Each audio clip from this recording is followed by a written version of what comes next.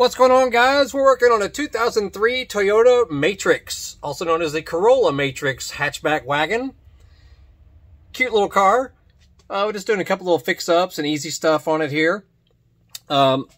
If your door lock, like this has electric locks, if your door lock is not working when you hit the button up front and you've investigated, there's no fuses that are an issue,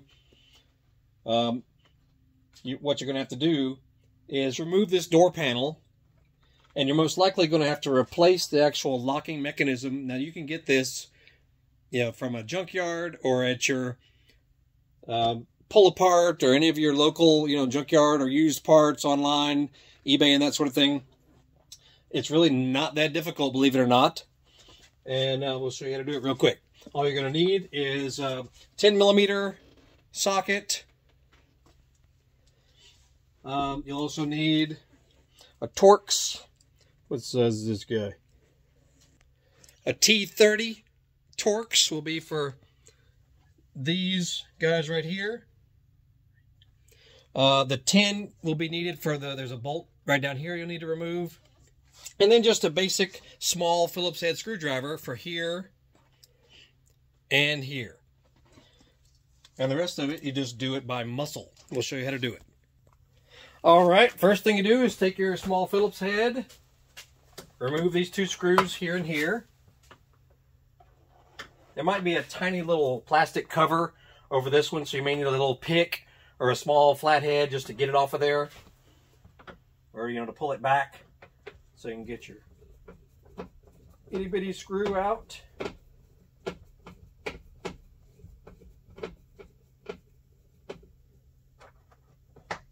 Like so. Then this one here on the little handhold, another little Phillips head screw. The whole cup will come out. Set it down there, and then take your 10, remove that bolt right down there. I've already done it on this one. Then, now if you just want to remove the door panel, in fact, these two screws is all you have to do to remove the door panel. Now you'll have to just reach underneath it and just firmly pull back on it. You just sort of get your hand under it. You'll actually feel a little area down there and just give it a nice tug and it will pop loose. There's little plastic holds. Little plastic. These little guys here are what's actually holding the door, around the perimeter. And so try not to break them. I'm sure you can get them at most auto parts stores. If you do break them or lose them or whatever, you can probably get these. They're like little rivets almost, if you can see that. But there's like 6, 7 of those. But you just pull up, off of there, and it's pretty self-explanatory. Then you can unplug it. You may not be able to see that, but then there's a plug. It plugs the door in. You might need a little, flathead screwdriver or something you can poke to remove the connector. Like that. Okay. And that's that for the door panel. Very, very freaking simple. Alright, now let's take a closer look inside here. Okay, you'll have this little plastic covering here, and it's just kind of tar adhesive that holds it in place. So you just peel it back, and don't get it on your hands because it is kind of messy. But you'll just peel this tarp, I guess you could call it. Peel it off there. This is also how you'll access the stereo speaker, which is right down there. Right there on the corner. That's how you get to it. But inside this hole here is how you get to the lock itself. Okay? You'll have a cord, this little connector right there. Just use your fingernail and just push down on it and pull back on the connector. There it is. Now you take your Torx, loosen these 3 right here. Make sure that 10 is loosened down here as well. Take those out. And then it's more or less about manipulating it to get it out of there. Notice, let's see if you can see in there.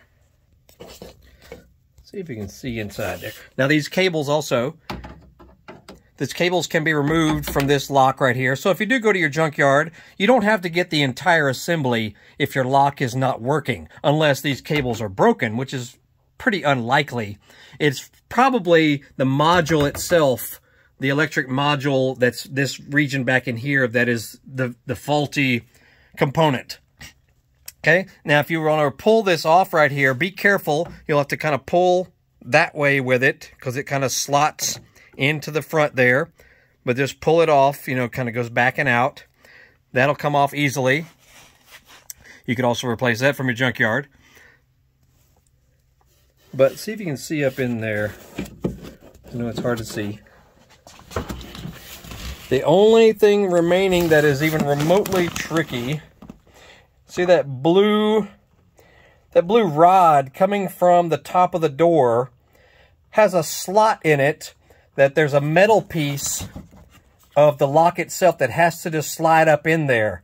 So you'll have to, you know, reverse that to get it out, basically. Not that big a deal. You'll see what I mean. But this channel right here has to be out of the way too. That's what's bolted to the back with a 10. So move that out of the way. And then just manipulate it. You know, just get it out of there. You'll figure it out. And then to put it back in is just the reverse. Make sure that you put that little slot, you know, in place, and the little blue piece back in there. As far as reversing it. Oh, also, make sure that your child lock is not on. If you're having trouble, you know, opening the door or something, that could be a problem there. But if you're not getting anything out of the lock itself, it is probably just this rear module in here. Okay, and to put it back in place, you just reverse everything, you know, stick everything back in place with all this tar stuff. Remember, don't get this tar on you because it is rather sticky. And then we'll put the door back on real quick. Putting it back on is seriously not a big deal. You'll just reverse what you did to take it off. The channel up top here has to slide over this lip right here first. So it'll be kind of, and you know, let's put the tarping back in place. Make sure your connector is back on right here. Make sure that the channel is back in place over here on the ends, which means you need to put your 10 back on and put your T50s back in to tighten all the lock back down. It also helps if you have a magnetic flashlight that can just stick to the door here. Makes it much easier, especially if you're working by yourself. Magnetic flashlights are totally awesome to use. And just tightening this 10 back down. You just kind of have to just force that channel in place. You know, you'll see it show the threads right there when you're putting it back on.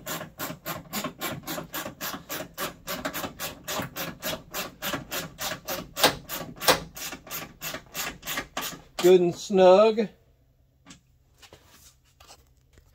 Okay, now we have the tarping back in place right there. Make sure that it does not cover up any of the holes that the little push rivets are going to have to go into. Make sure none of those are covered, of course. Then to put the lock back in, you know, you just kind of have to just slide it that way. It's got little hooks that go that way into it right there. So be careful not to break those off. And this will be a good time to replace your speaker if you want to. This one is not in bad shape, but if yours is dry rotted and vibrating and whatnot, now's the time to do the speaker down at the bottom. It looks like it's maybe a 5.5 inch diameter. I'm not certain on that. I'm just looking at it though. And then replace your connector right here at the bottom. You'll feel it click in place when it's in properly. Make sure all your little push rivets are in place. Okay. Now just drape the top lip over the top of the door, you know, at the base of the window there. Make sure that it kind of just, it'll slide in place like that. Okay, so make sure that's there. Then you can look from the side to make sure the little push rivets are lining up properly. And then you just give it a nice bump. Just bump them in place, basically.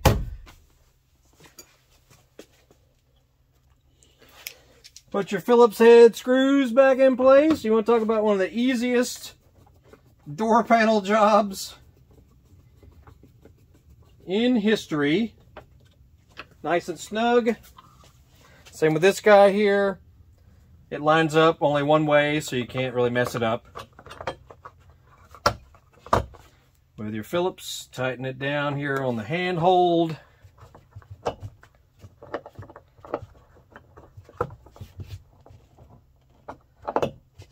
You know, make sure it's lined up properly.